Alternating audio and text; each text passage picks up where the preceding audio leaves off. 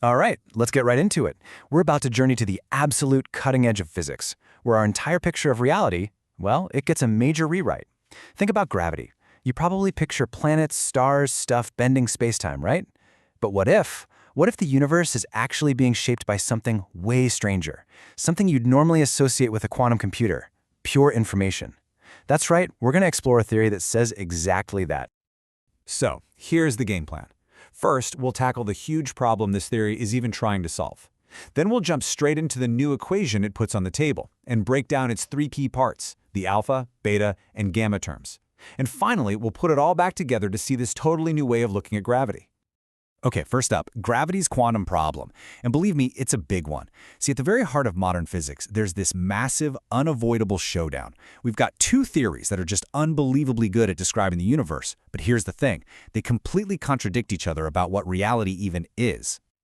So, in one corner, you've got Einstein's general relativity. It paints this gorgeous, elegant picture of gravity as this smooth, continuous fabric of spacetime.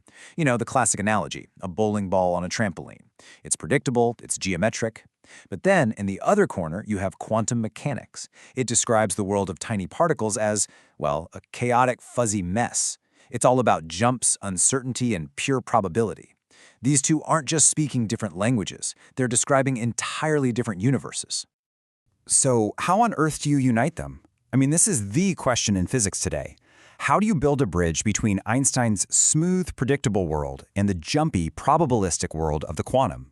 The search for that answer, well, that's the whole quest for a theory of quantum gravity. Which brings us to a really cool potential answer. It's called Qμν Theory. And what's so interesting is that it doesn't just throw out Einstein's brilliant work. No, instead, it suggests let's call it a crucial upgrade. It adds one new piece to the puzzle, a term that forges a direct link between gravity and the quantum realm. Okay, here's the equation itself. Now, don't let the symbols freak you out. We'll walk through it. The stuff on the left, that's classic Einstein. It's the geometry of spacetime. The right side is what's telling spacetime how to curve. You've got the T term, which is the usual stuff, matter and energy, but then look at that brand new Q term. That, my friends, is the whole ballgame. It stands for quantum entanglement. What this equation is saying is absolutely wild. That spooky, invisible link between quantum particles can actually be a source of gravity. It can warp spacetime, just like a planet or a star. But here's the thing. This Q tensor, it's not just one single idea. It's more like a combo meal. It's got three different parts. So to really get what this theory is all about, we've got to break it down and look at each ingredient one by one. All right, let's get into it. First up, the curvature energy term, also known as the alpha term. This part introduces a really fascinating concept, basically a feedback loop where gravity can actually pump itself up. The official name is curvature energy coupling, and it's pretty much what it sounds like. We all know that energy and matter curve space-time. That's standard Einstein. But this term says it's a two-way street. That existing curvature, it actually affects the energy within it. And get this, that interaction, that feedback, generates even more gravity. It's a self-reinforcing cycle. Here's a good way to think about it. You've got that rubber sheet, right? You put a heavy ball on it, and it makes a dip. Standard gravity. But now, what if the dip itself somehow made the ball even heavier? The ball would just sink deeper and deeper, right? That's basically the alpha term. It's a feedback loop where gravity kind of feeds on itself. Okay, on to part two, the information flow term, or the beta term. And folks, this is where things get really, really weird, in the best way possible. This is the part that connects gravity directly to quantum information. So the beta term connects gravity to this thing called entanglement entropy. Now that sounds complicated, but all it really is a measure of how much quantum information is crammed into a certain patch of space.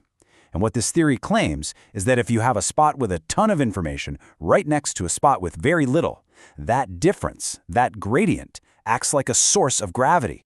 We're talking about the flow of pure information literally bending the fabric of the universe. It's not just an idea anymore, it's a physical force. Probably the best way to picture this is as information pressure. Yeah, you heard that right. Imagine a high-pressure zone of information right next to a low-pressure zone. That imbalance literally creates a force that can push and pull on space-time. It's an incredible idea that the geometry of our universe is being actively sculpted by the flow of quantum information.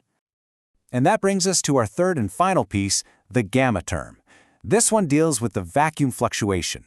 And it suggests that what we call empty space, well, it's anything but empty. In fact, it might be one of the most powerful players in the whole game of gravity. So this term dives deep into the quantum vacuum. Now, according to quantum physics, empty space isn't empty at all. It's this bubbling, fizzing sea of virtual particles that are constantly winking in and out of existence. The gamma term says that the spin of these tiny particles, their intrinsic angular momentum, does something more than just bend spacetime. It can actually twist it. Think about it like this. If Einstein's gravity is like bending a rubber sheet, the gamma term says that sheet is actually made of tiny woven threads. And the spin of all those vacuum particles can grab onto those threads and give them a twist. This effect has a name. It's called torsion. So under this theory, the universe isn't just curved. It can literally have a twist built into the fabric of reality. So let's step back and put it all together. You've got the alpha term, gravity's feedback loop, the beta term, information pressure, and the gamma term, the twisting vacuum. When you combine all three, you're left with a completely new vision of what gravity even is. So what are the big takeaways here? What does this all mean?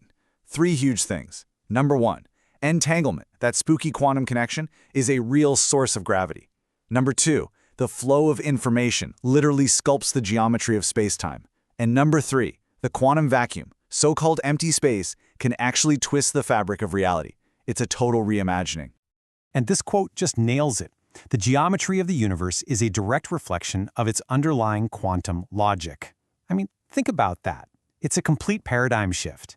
We go from thinking about a universe of stuff sitting inside a box to a universe where the box itself, space-time, is actually built from the rules of quantum information. And that leaves us with a question that's just staggering. If a theory like this is even close to being right, it suggests that space-time itself could just be a manifestation of code. So I'll leave you with this.